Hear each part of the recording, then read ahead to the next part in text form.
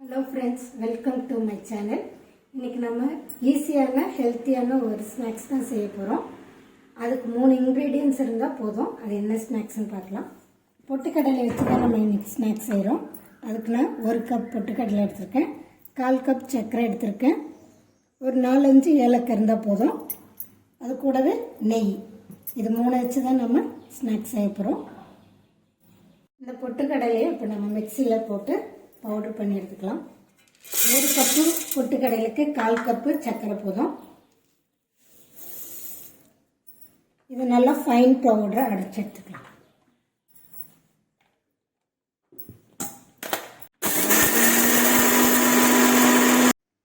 பவுடரை பண்ணி எடுத்தாச்சு.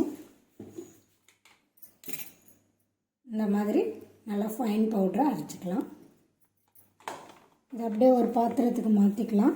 நல்ல அகலமான பாத்திரமாக எடுத்துக்கோங்க. செய்கிறதுக்கு நெய் வந்து உருக்கணும்.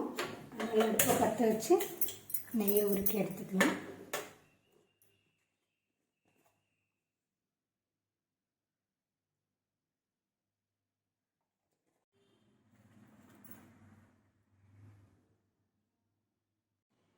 அவ்வளோதாங்க, நெய் உருக்கிட்டோம்.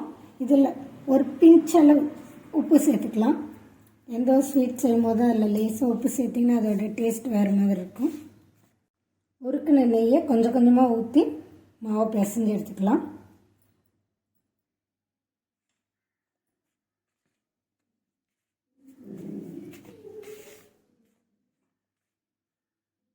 நல்லா நெய்யை ஆற வச்சு சேர்த்துக்கோங்க.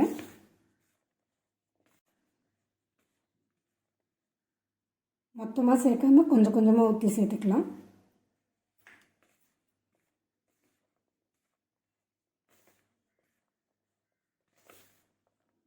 மாவு எடுத்து இப்படி பிடிக்கும் போது இந்த மாதிரி இருக்கணும் பதம்.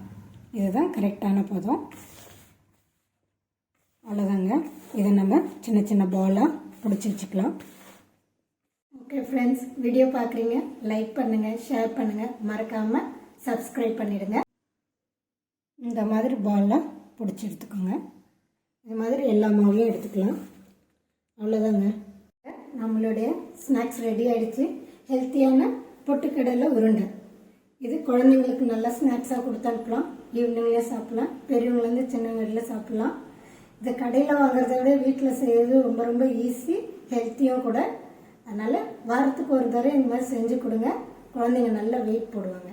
ஓகே ஃப்ரெண்ட்ஸ், வீடியோ பார்க்குறீங்க, லைக் பண்ணுங்கள், ஷேர் பண்ணுங்கள், மறக்காமல் சப்ஸ்கிரைப் பண்ணிவிடுங்க.